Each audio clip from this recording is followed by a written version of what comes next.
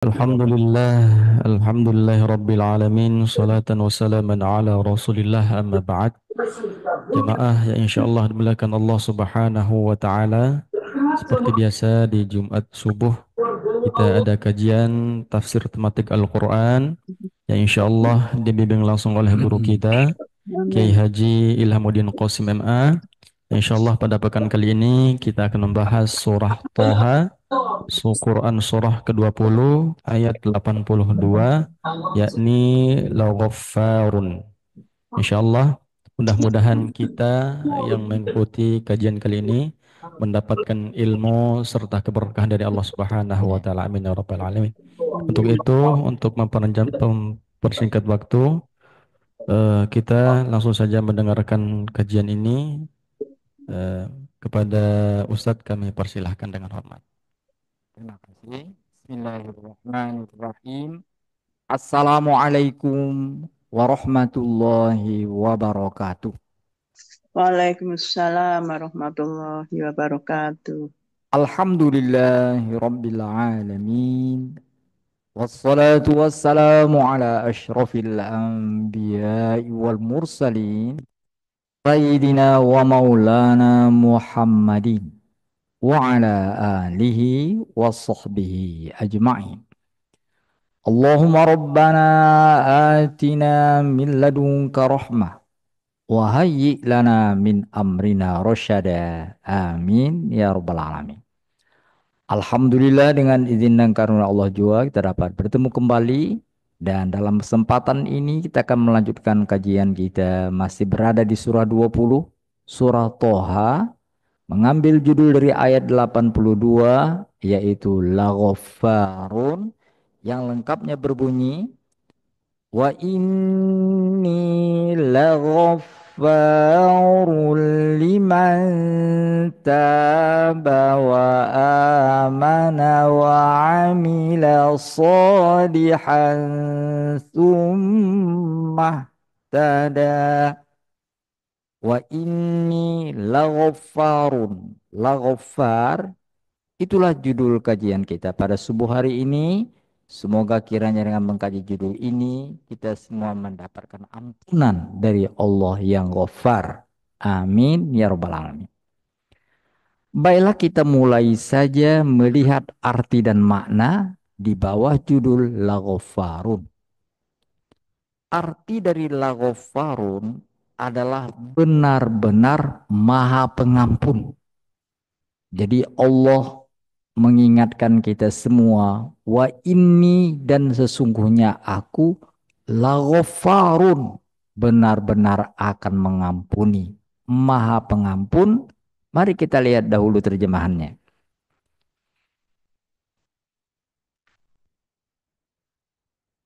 Ayat 82, wa inni laghafar.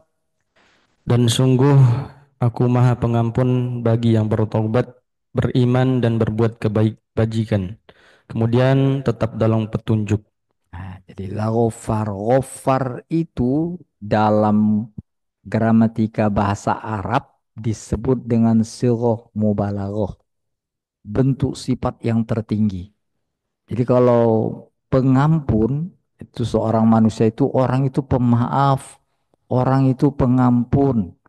Ah itu masih pakai kata-kata yang namanya isim fa'il, ghafir. Tapi kalau dia maha pengampun itu dibuat dalam bentuk yang namanya sighah mubalaghah. Ghaffar, ghafur. Itu bukan sekedar mengampuni, tapi maha pengampun. Jadi Allah mengatakan kepada kita, Allah itu maha pengampun.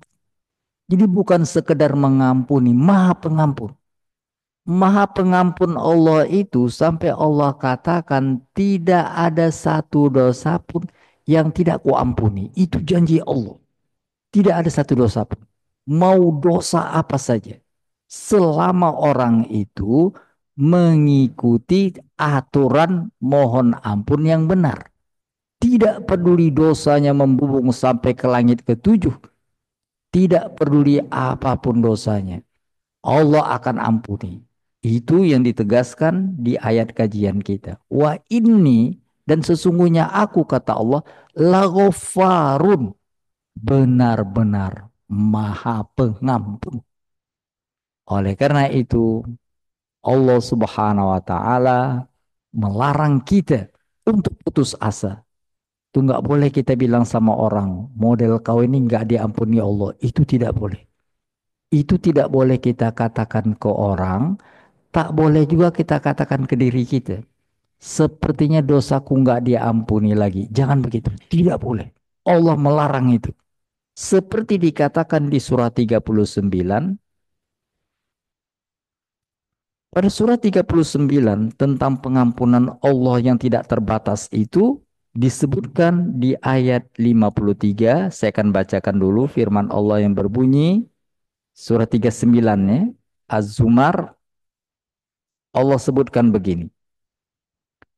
Qul ya ibadiyalladzina asrafu ala anfusihim la taqnatu min rahmatillah. Inna Allah yaghfiru dzunuba jami'a. Innahu huwal ghafurur rahim. Di sini pakai kata ghafur, bentuk sighah mubalaghah yang lain yang artinya sama, maha pengampun. Mari kita lihat terjemahannya. Katakanlah, wahai hamba-hambaku yang melampaui batas terhadap diri mereka sendiri. Melampaui batas, artinya dosanya nggak ketulungan lagi. Katakan sama mereka, apa? Janganlah kamu berputus asa dari rahmat Allah. Jangan putus asa dari rahmat Allah. Mengatakan nggak bakalan diampuni, tidak boleh. Terusnya. Sesungguhnya Allah mengampuni dosa-dosa semuanya. Allah mengampuni dosa-dosa semuanya tanpa terkecuali. Terusnya. Sungguh dialah yang maha pengampun, maha penyayang. Karena Allah bukan pengampun. Dia maha pengampun. Untuk lebih tegasnya lagi, Allah sebutkan contoh. Apa contohnya yang orang itu melampaui batas? Dosanya nggak ketulungan. Pertama, orang itu menyembah Tuhan yang lain. Syirik. Kedua, dia berzina. Tidak tadi itu terhitung berapa banyak dia melakukan perzinahan. Yang ketiga, membunuh baik terang-terangan ataupun diam-diam. Jadi bukan saja syirik, tapi sekaligus berzina, sekaligus membunuh. Itu bisa jadi kita katakan nggak mungkin diampuni lagi. Syirik aja tuh nggak diampuni Allah, apalagi berzina sama membunuh. Tapi Allah katakan sebaliknya.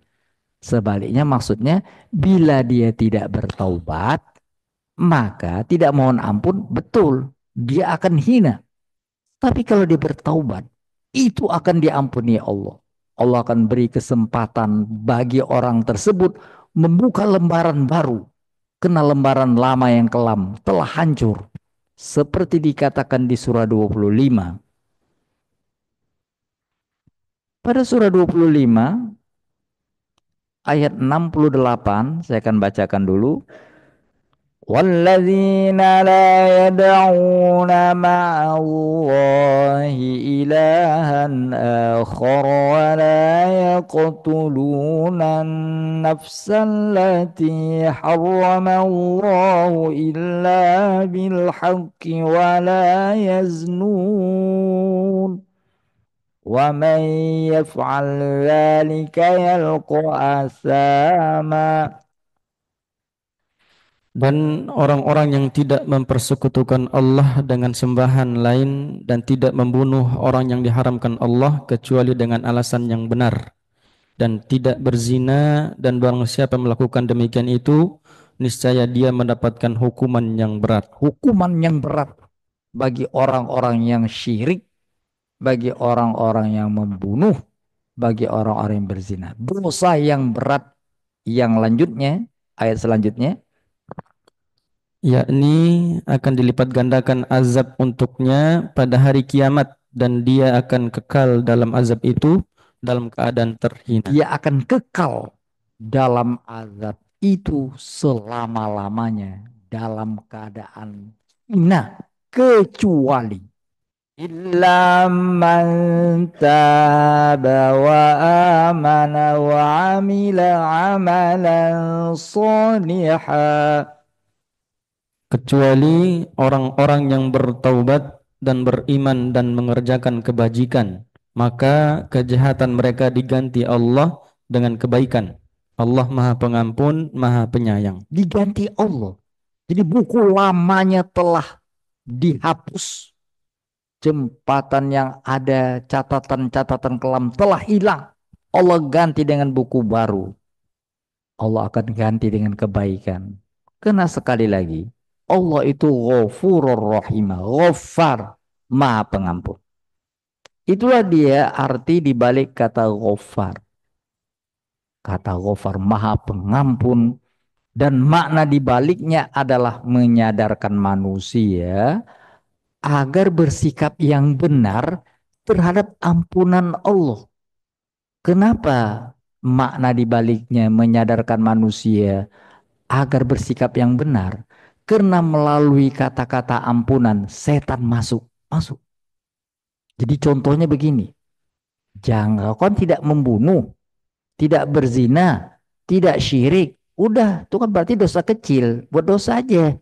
Kan Allah Maha Pengampun. Nah itu, kata-kata Maha Pengampun dipakai oleh setan untuk menyesatkan manusia. Oleh karena itu hati-hati. Allah itu Maha Pengampun, iya. Tapi ada cara mendapatkan ampunannya. Karena ampunan Allah itu punya syarat. Allah akan mengampuni tanpa syarat apapun dosanya, tapi ada etika untuk mendapatkan ampunan Allah. Karena di ayat yang lain ada berbunyi Allah nggak ampuni lagi kalau model begini. Pintu ampunan tertutup seperti dikatakan di surat 4. Jadi sikap yang benar, ambil tadi Allah Maha Pengampun, tidak berdosa kita sebanyak apapun, tapi jangan lengah. Karena setan tidak mau lengah. Ketika ayat ini disebutkan terakhir turun, itu anak buah iblis itu menangis melapor pada iblis. Ngapain kita goda manusia? Kita goda dia minta ampun, diampuni Allah. Kata iblis, diam, jangan nyerah. Kita buat mereka melalui jalur ampunan, terlena dalam dosa. Oleh karena itu Allah ingatkan di surat 4, surah An-Nisa, Allah ingatkan hati-hati. Allah Maha Pengampun, tapi jangan terjebak. Jangan bersikap yang tidak benar terhadap ampunan Allah. Karena mohon ampun itu ada batasnya. Innamat taubatu ala Allah. Surat 4 ayat 17. Lilladzina ya'maluna su'a bijahalah. Silakan. Sesungguhnya bertobat kepada Allah itu hanya pantas bagi mereka yang melakukan kejahatan karena tidak mengerti. Kemudian segera bertobat, tobat mereka itulah yang diterima Allah. Allah Maha Mengetahui dan Maha Bijaksana. Iya, dia buat dosa nggak tahu bahwa ampunan itu ada. Dia kira semua manusia lahir dalam keadaan berdosa. Udah, jadi dia kelimpungan mencari cara tobat. Dan sekalian dia buat dosa. Nggak mengerti. Terusnya. Ayat 18. Walaisatit taubatu lillazina ya'maluna sayyi'at. Dan tobat itu tidaklah diterima Allah dari mereka yang melakukan kejahatan hingga apabila datang ajal kepada seseorang di antara mereka, barulah mereka mengatakan, saya benar-benar bertobat sekarang, dan tidak pula diterima tobat dari orang-orang yang meninggal sedang mereka di dalam kekafiran. Maka bagi orang-orang itu kami sediakan azab yang pedih. Jadi karena Allah itu ghafar, maka ambillah kesempatan sebelum tadi ampunan Allah yang tak terperi itu hilang. Ambil kesempatan. Dan iblis memakai kesempatan itu. Membuat manusia terlena dalam maksiat dan mengira dia masih bisa tobat. Itulah dilakukan oleh Fir'aun. Di surat Toha diceritakan Musa versus Fir'aun. Fir'aun lengah. Berkali-kali dia mengatakan tobat. Akhirnya diangkat siksa yang menimpa kaum Fir'aun. Nanti ngadat lagi, tobat lagi, 9 kali. Yang ke-10 disapu, ke-10 disapu. Ketika Fir'aun ingin lagi mengatakan, aku taubat, dikatakan di surat 10. Karena dia kira selama ini kalau tobat udah diampuni, saya kan. Siksa dihilangkan, akhirnya sampailah pada endingnya. Dikatakan di surat 10 ayat 90. Wajawazna bibani Israil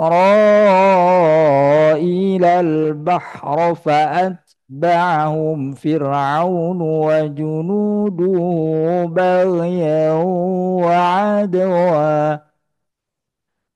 Dan kami selamatkan Bani Israel melintasi laut. Kemudian Fir'aun dan bala tentaranya mengikuti mereka untuk menzolimi dan menindas mereka. Sehingga ketika Fir'aun hampir tenggelam, dia berkata, Aku percaya bahwa tidak ada Tuhan melainkan Tuhan yang dipercayai oleh Bani Israel. Dan termasuk orang-orang Muslim yang berserah diri. Jadi udah mau mati, udah tenggelam. Tadi ngejar Musa, mau menghajarnya. Ternyata lautan bertaut kembali. Musa dan kaumnya sudah mendarat ke sana. Fir'aun di tengah lautan tenggelam. Mau mati, Fir'aun mengatakan, aku beriman sekarang. Apa kata malaikat? Lanjut.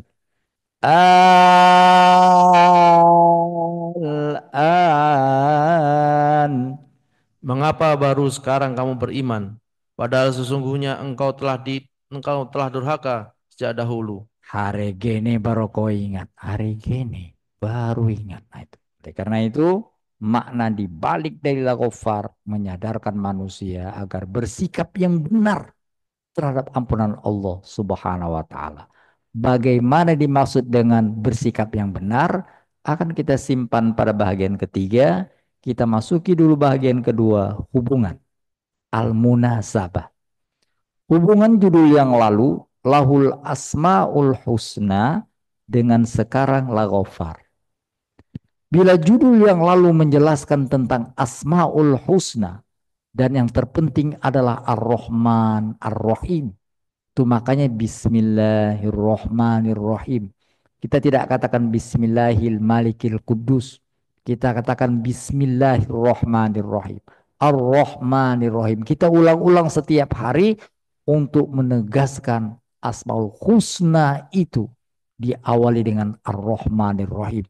Allah pakai ar-Rahmanirrahim sebagai namanya, memperkenalkan dirinya dengan nama itu, maka judul sekarang mengingatkan sifat berikutnya yang Allah perkenalkan kepada kita, yaitu Maha Pengampun. Jadi tanda Allah itu Maha Pengasih, Maha Penyayang, maka Dia mengampuni segala kesalahan yang dilakukan manusia. Allah maklumi bila manusia bersalah. Selama orang itu mengakui kesalahannya, melakukan tobat dengan baik, Allah akan ampuni. Dengan perkataan lain, judul yang lalu menjelaskan tentang Asmaul Husna, yaitu Allah yang Maha Pengasih lagi Maha Penyayang, maka judul sekarang mengingatkan Asmaul Husna yang lain, yaitu Ghafar. Itu makanya Maha Pengampun, Maha Penyayang sering dihubungkan. Ghafurur Rahim. Dari katakan Ghafurur Rahima, Maha Pengampun, Maha Penyayang. Terkadang Maha Pemaaf, Maha Penyayang. Terkadang Allah itu Maha Penerima Taubat, Tawwabur Rahim. Ghafurur Rahim, Tawwabur Rahim, Afur Rahim. Itu Allah sebutkan untuk menegaskan bahwa kasih sayang Allah itu tercermin dalam mengampuni segala dosa yang dilakukan oleh manusia. Marilah kita masuki sekarang bagian terakhir, yaitu bagaimana bersikap yang benar terhadap taubat, terhadap ampunan Allah. Allah katakan, sebesar apapun dosamu, jangan putus asa. Jangan buat orang putus asa. Selama kau bertaubat dengan benar, mohon ampun dengan benar, kesalahanmu akan hapus. Bagaimana bersikap yang benar? Pertama, sikap yang benar yang pasti Allah akan ampuni dosa orang itu adalah iman yang tulus. Iman. Jadi apa yang membatalkan iman? Iman yang tulus itu kenapa nggak jadi tulus lagi? Itu yang membatalkannya adalah syirik. Itu makanya dikatakan syirik dosa nggak diampuni karena sudah melanggar nomor satu, yaitu tidak diterima tobat. Kalau orang itu syirik, sebelum dia kembali dengan membuat tobatnya tulus, yaitu iman yang benar. Oleh karena itu pertama, supaya tadi yang namanya ampunan Allah dapat kita raih adalah iman yang tulus. Iman yang tulus itu akan tercemari dengan syirik. Mari kita lihat surat 82. Surat 20, surat yang tadi. Makasih, Pak. Di surat 20 Allah contohkan orang yang syirik, yaitu orang yang tadi menyembah jin jahat, menyembah setan, sehingga punya ilmu namanya ilmu sihir yang demikian hebat. Fir'aun percaya pada orang ini. Tukang sihir Fir'aun itu sudah sesumbar mengatakan, kau akan kalah, kami akan menang. Sudah minta upah malah. Berapa upah kami kalau kami menang? Begitu sombongnya tukang sihir Fir'aun, itu disebutkan di surat Toha sebagai berikut. Pada surat Toha disebutkan tentang pertemuan antara Fir'aun dengan tukang sihirnya. Mari kita lihat mulai ayat 60. Qala maw'idukum yawmuz zinati wa an yuhsyaran nasu duha. Silakan. Musa berkata kepada mereka penyihir, celakalah kamu, janganlah kamu mengada-ngada kedustaan terhadap Allah. Nanti dia membinasakan kamu dengan azab. Dan sungguh rugi orang yang mengada-ngadakan kedustaan itu. Ayat 61, lanjut saja. Maka mereka berbantah-bantahan tentang urusan mereka dan mereka merahasiakan percakapan mereka. Lanjut. Mereka para penyihir berkata, sesungguhnya dua orang ini adalah penyihir yang hendak mengusirmu Fir'aun dari negerimu dengan sihir mereka berdua dan hendak melenyapkan adat kebiasaanmu yang utama. Ya, jadi tukang sihir itu mengatakan menuduh Musa sama Harun itu tukang sihir juga. Lanjut. Maka kumpulkanlah segala tipu daya sihir kamu. Kemudian datanglah dengan berbaris. Dan sungguh beruntung orang-orang yang menang pada hari ini. Nah, itu. Jadi mereka adu sihir. Karena mereka mengira Musa dan Harun itu tukang sihir. Mereka menganggap kelompok mereka pasti menang. Sudah minta upah, minta jabatan. Nah, itu dikatakan di surat 26. Pada surat 26, ayat 41, 26 surat Asy-Syu'ara, falamma jaa as-saharatu qalu li fir'auna a inna lana la ajran in kunna nahnul ghalibin. Maka ketika para penyihir datang, mereka berkata kepada Firaun, apakah kami benar-benar akan mendapat imbalan yang besar dari jika kami menang? Kalau kami menang mengalahkan Musa dan Harun, apa kami dapat imbalan yang besar? Kata Fir'aun, yes. Lanjut. Dia Musa berkata kepada mereka, Coba bukan ya. ayat Dan selanjutnya. Fir'aun menjawab, ya, dan bahkan kamu pasti akan mendapat kedudukan yang dekat kepada Akan menjadi orang-orang dekat dengan kami. Itu kata Fir'aun. Jadi poin pertama, iman yang tulus. Iman yang tulus itu iman yang bersih. Bersih dari apa? Bersih dari syirik. Bersihkan dari syirik. Ketika tukang sihir Fir'aun menyadari kesalahan mereka. Selama ini mereka syirik. Mereka katakan kembali ke surat 20. Pada surat 20, syirik yang mengotori batin tukang sihir. Setelah mereka melihat kebenaran melalui Musa, mereka katakan begini. Di ayat 70, surat 20, Fa'ulqiyas saharatu sujjadan qalu amanna. Lalu para penyihir itu merunduk bersujud seraya berkata, kami telah percaya kepada Tuhannya Harun dan Musa. Iman. Oleh karena itu memiliki iman yang tulus. iman yang tercemar karena syirik itu membuat persyaratan ampunan Allah menjadi terhalang. Tukang sihir itu lanjutnya berkata begini, diancam sama Firaun, kalau kalian beriman kepada Musa, kalian akan kami hukum yang berat. Lanjut. Dia Firaun berkata, apakah kamu telah beriman kepada Musa sebelum aku memberi izin kepadamu?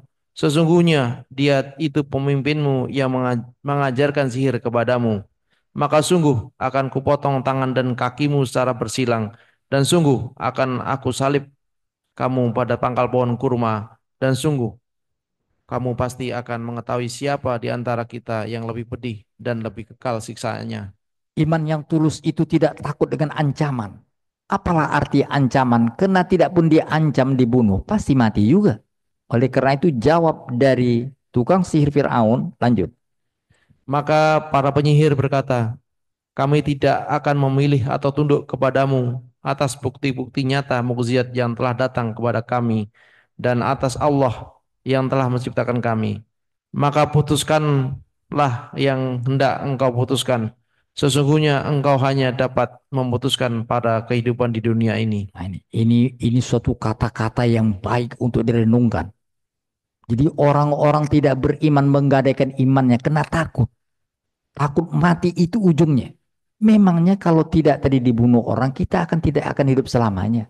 Kematian itu pasti datang. Caranya saja berbeda. Ada orang mati di medan perang. Ada yang tidak mati di medan perang. Ada yang pergi ke medan perang selamat sampai ke rumahnya. Ada yang nggak perang, tidur di tempat tidur, meninggal juga. Meninggal dunia bukan karena sakit semata. Meninggal dunia bukan usia tua semata. Meninggal dunia karena begitulah suratan telah terjadi. Dimanapun tempatnya. Dan tukang sihir Fir'aun atas dasar iman yang tulus menyadari keputusan mati di tangan Allah. Mungkin mati kita dalam tadi ketakutan sehingga kita menukar iman kita. Tapi itu berakibat tidak aman saat kita meninggalkan dunia ini. Biarlah mati dalam penyiksaan. Tapi mati kita dalam iman membuat aman. Dan mati dalam tadi dia seperti rasa ketenangan yang semu. Tapi setelah mati akhirnya mendapatkan hal-hal yang tadi membuat batin menjadi tidak menentu. Itu ditakutkan oleh tukang sihir Fir'aun. Lanjut satu ayat lagi. Iman yang tulus akan mendapatkan ampunan ditegaskan di surat Toha ayat 73. Inna amanna bi rabbina liyaghfir lana khotoyana. Kami benar-benar telah beriman kepada Tuhan kami agar Dia mengampuni kesalahan-kesalahan kami dan sihir yang telah Engkau paksakan kepada kami. Dan Allah lebih baik dari kekal dan lebih kekal. Itu intinya adalah kami beriman dengan tulus agar Allah yang Maha Pengampun mengampuni segala dosa kami. Dan itu terjadi. Jadi tukang sihir Fir'aun yang telah sekian lama hidup dalam syirik, maka dia ampuni oleh Allah Subhanahu wa Ta'ala. Itu satu, iman yang tulus. Kedua, untuk mendapatkan ampunan Allah setelah tadi iman yang tulus, jauh dari syirik, maka yang kedua adalah amal soleh. Amal soleh ini artinya perbuatan yang baik. Intinya adalah melaksanakan pesan Al-Quran. Di amal soleh itu bukan semata-mata sholat, bukan semata-mata zakat, pergi haji, bukan. Amal soleh itu tidak sesempit itu. Amal soleh itu sesuai namanya. Amal itu artinya perbuatan. Soleh itu yang baik. Perbuatan baik apa saja yang sesuai dengan petunjuk Al-Quran, itu amal soleh. Oleh karena itu gampangnya adalah amal soleh itu adalah melaksanakan pesan Al-Quran. Itu makanya tanda orang yang taubatnya diterima. Allah akan mengampuni orang tersebut adalah bila dia senantiasa memperhatikan Al-Quran dan berusaha melaksanakannya pesan-pesannya dengan tulus. Itu makanya Allah katakan kalau benar ingin dosamu yang tidak ketulungan itu diampuni, perhatikan pesan-pesan Al-Quran, ikuti. Itulah namanya amal soleh. Amal soleh itu sekali lagi tegasnya adalah mengamalkan, melaksanakan pesan-pesan Al-Quran. Itu artinya Quran dipelajari, perhatikan pesannya. Pesan-pesan Quran itu lihat dalam Al-Quran. Itu ditegaskan di surat Toha. Setelah cerita tentang iman yang tulus, maka mari kita perhatikan kata-kata iman dikaitkan dengan amal soleh seperti dikatakan di ayat 112 surat Toha. وَمَنْ يَعْمَلْ مِنَ الصَّالِحَاتِ وَهُوَ مُؤْمِنٌ فَلَا يَخَافُ ظُلْمًا وَلَا هَضْمًا. Dan barang siapa mengerjakan kebajikan sedang dia dalam keadaan beriman, maka dia tidak khawatir akan perlakuan zalim terhadapnya dan tidak pula khawatir akan mengurangkan haknya. Jadi siapa yang beriman beramal soleh, jangan takut kata Allah. Apa amal soleh itu? Lanjut. Wa kadzalika anzalnahu Qur'anan Arabiyya. Dan demikianlah kami menurunkan Al-Quran dalam bahasa Arab, dan kami telah menjelaskan berulang-ulang di dalamnya sebagian dari ancaman. Maka mereka bertakwa, agar mereka bertakwa, dan agar Al-Quran itu memberi pelajaran bagi Nah mereka. itu dia. Oleh karena itu amal soleh itu adalah mempelajari Al-Quran dengan tadi mempelajari maksudnya mengetahui pesan-pesannya dan melaksanakannya. Pelajari pesan-pesannya, laksanakan. Itulah amal soleh. Oleh karena itu belajar itu sangat penting seperti ditegaskan di ayat berikutnya. فَتَعَالَى اللَّهُ الْمَلِكُ الْحَقُّ وَلَا تَعْجَلْ بِالْقُرْآنِ. Maka maha tinggi Allah, Raja yang sebenar-benarnya.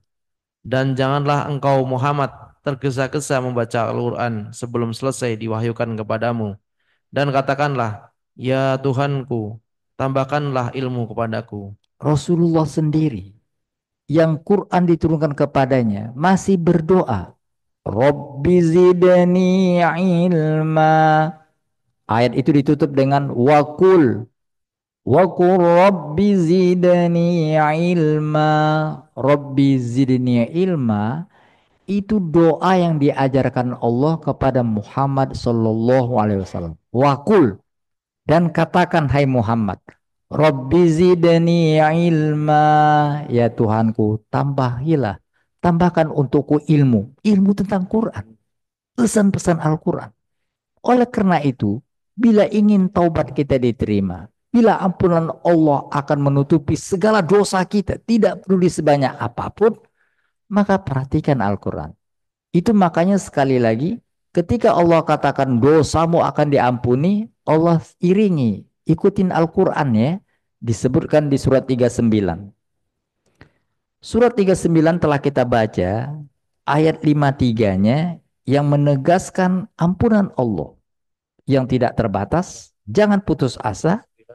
Tapi kita lihat 39 itu, surat 39 setelah Allah katakan bilang sama mereka supaya jangan putus asa, Allah katakan begini.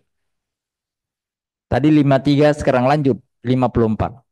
Wa anibu ila rabbikum wa aslimu lah. Silakan.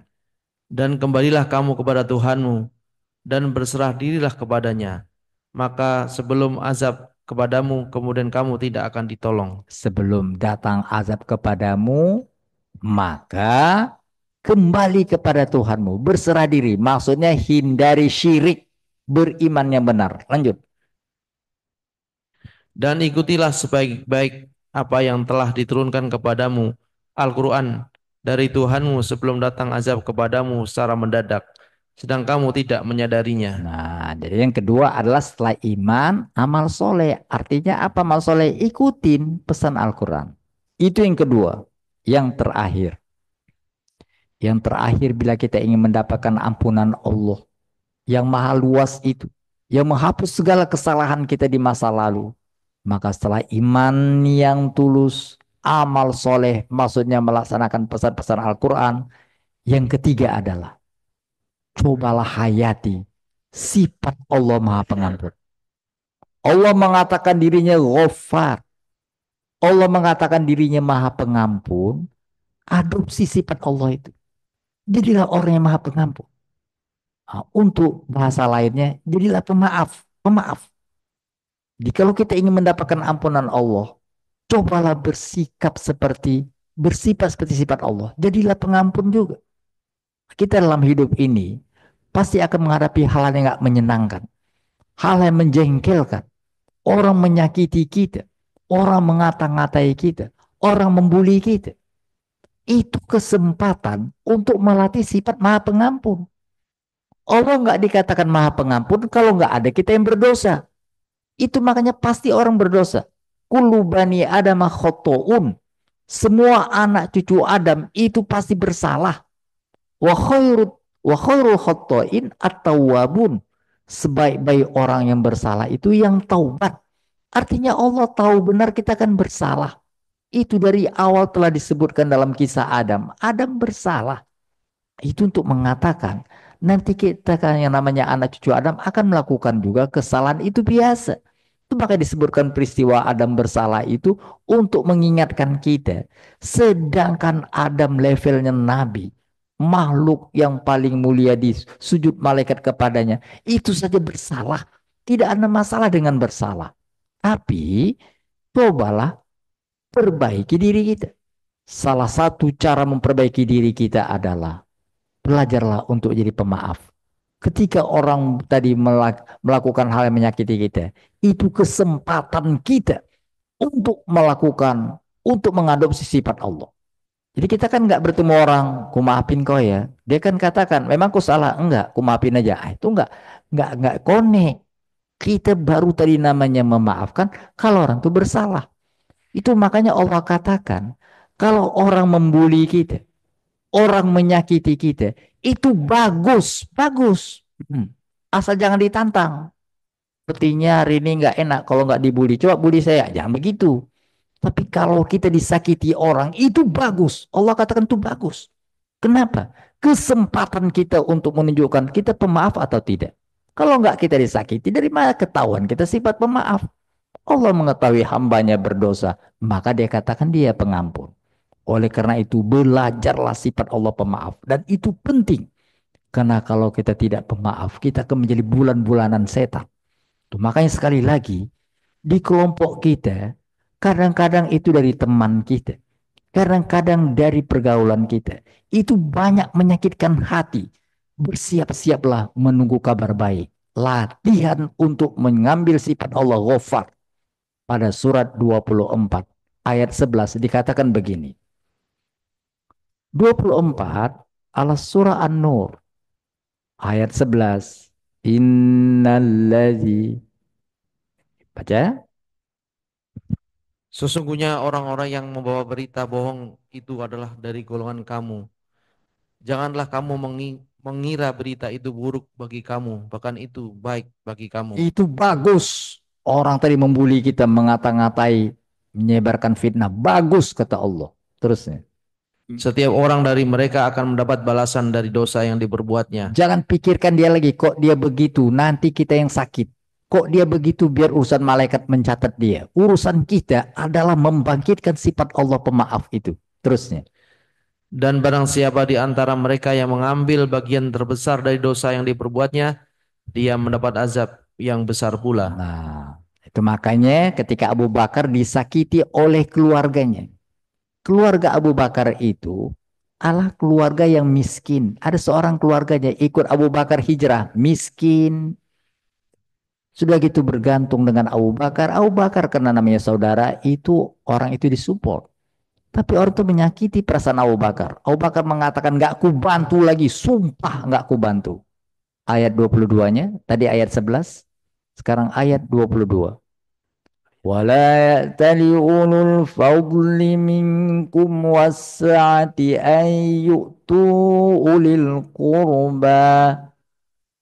Dan janganlah orang-orang yang mempunyai kelebihan dan kelapangan di antara kamu bersumpah bahwa mereka tidak akan memberi bantuan kepada kerabatnya Orang-orang atau orang-orang miskin dan orang-orang yang berjihad di jalan Allah. Maka dan hendaklah mereka memaafkan dan berlapang dada. Apakah kamu tidak suka bahwa Allah mengampunimu dan Allah Maha Pengampun lagi Maha Penyayang? kau orang yang punya kelapangan, lapang dada lah. Dia orang tuh miskin. Jadi maklumin saja. Dia sudah hijrah kepadamu, apalagi dia kerabat. Udah maafkan saja. Mau apa enggak diampuni Allah? Artinya, siapa yang bisa memaafkan, siapa yang bisa memaklumi kesalahan orang lain, itu dia akan mendapatkan maaf Allah yang tidak terbatas. Oleh karena itu pesan ketiga adalah belajarlah dari sifat Allah yang maha pengampun. Yang paling tadi sakit hati kalau dia orang seperti kita. Yang paling banyak sakit hati itu Allah. Dikasihnya mata sama orang. Bukannya orang itu matanya untuk melihat yang baik. Melihat yang buruk. Dikasih Allah harta. Bukannya untuk berbuat baik. Berbuat buruk. Dikasih Allah segalanya. Bukannya menyembah Allah. Mengabdi yang lain. Tapi Allah sobur. Sabar. Dan ketika orang itu menyerah mengatakan aku salah. Allah terima. Allah mengajarkan sifat itu kepada kita. Ambillah sedikit sifat Allah itu. Ketika orang menyakiti kita. Terutama keluarga. Cobalah maafkan. Ingin enggak Allah ampuni kamu? Itu ditegaskan berkali-kali. Kita tambah satu lagi melalui surat 64 ayat 14.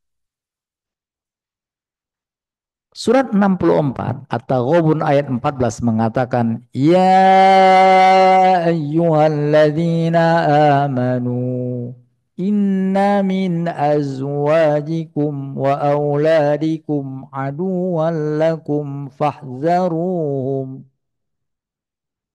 Wahai orang-orang yang beriman, sesungguhnya di antara istri-istrimu dan anak-anakmu ada yang menjadi musuh bagimu.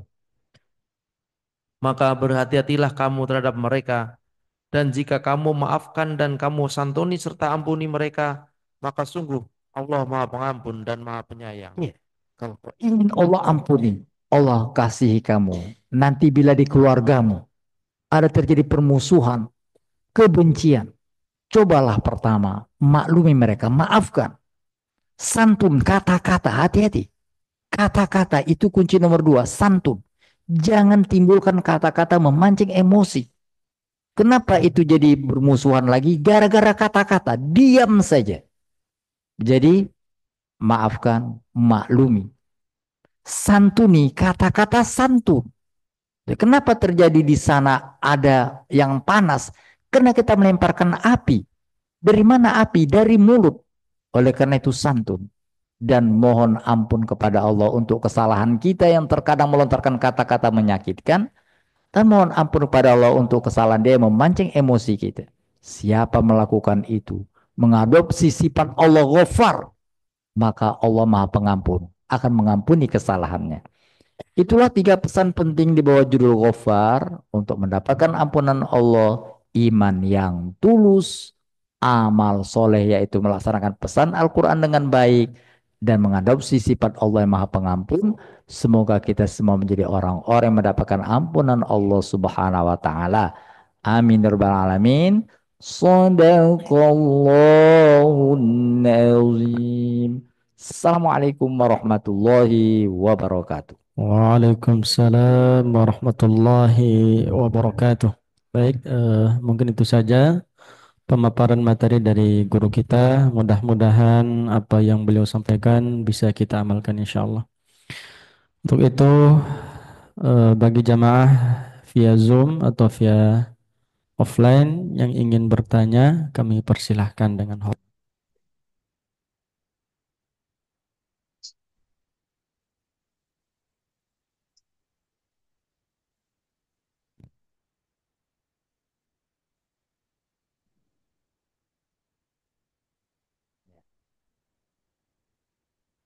Ada. Pak Barizus.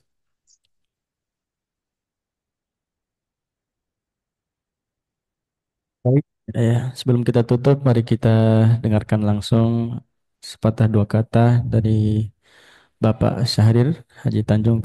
Kepada beliau kami persilahkan. Terima kasih. Assalamualaikum warahmatullahi wabarakatuh. Waalaikumsalam warahmatullahi wabarakatuh. Alhamdulillahirrahmanirrahim. Pak Ustadz, saudara-saudaraku sekalian, Alhamdulillah hari ini sebetulnya penyampaian materi ini sangat komprehensif ya, sangat lengkap dan kalau saya sih nggak ada pertanyaan lagi nih. Tinggal ngelakoni kata orang Jawa ya, melaksanakan. Tadi ya ini benar-benar belajar Al-Quran yang sekaligus sebetulnya saya nggak tahu ini misalnya masih ada yang bertanya lagi karena sangat jelas sekali. Bahkan sikap kita ya tentang Asmaul Husna ya sifat Allah yang maha pengampun ini ya pada kali ini. Jadi jelas sekali bagaimana prosesnya. Bahkan contoh-contohnya ini cukup banyak tadi ya. Jadi Fir'aun ya, Nabi Musa itu kasus mereka itu. Dan kemudian juga tadi ya sahabat dan mertua Nabi ya, Abu Bakar. Ya kemudian juga ya tadi ya tukang sihir yang akhirnya sadar dan sikap mereka juga jelas gitu ya. Jadi nggak ada lagi sebenarnya pelaku-pelaku ini sudah melakukan dan apa yang harus dilakukan sudah disampaikan. Tinggal hidayahnya ada apa enggak gitu ya.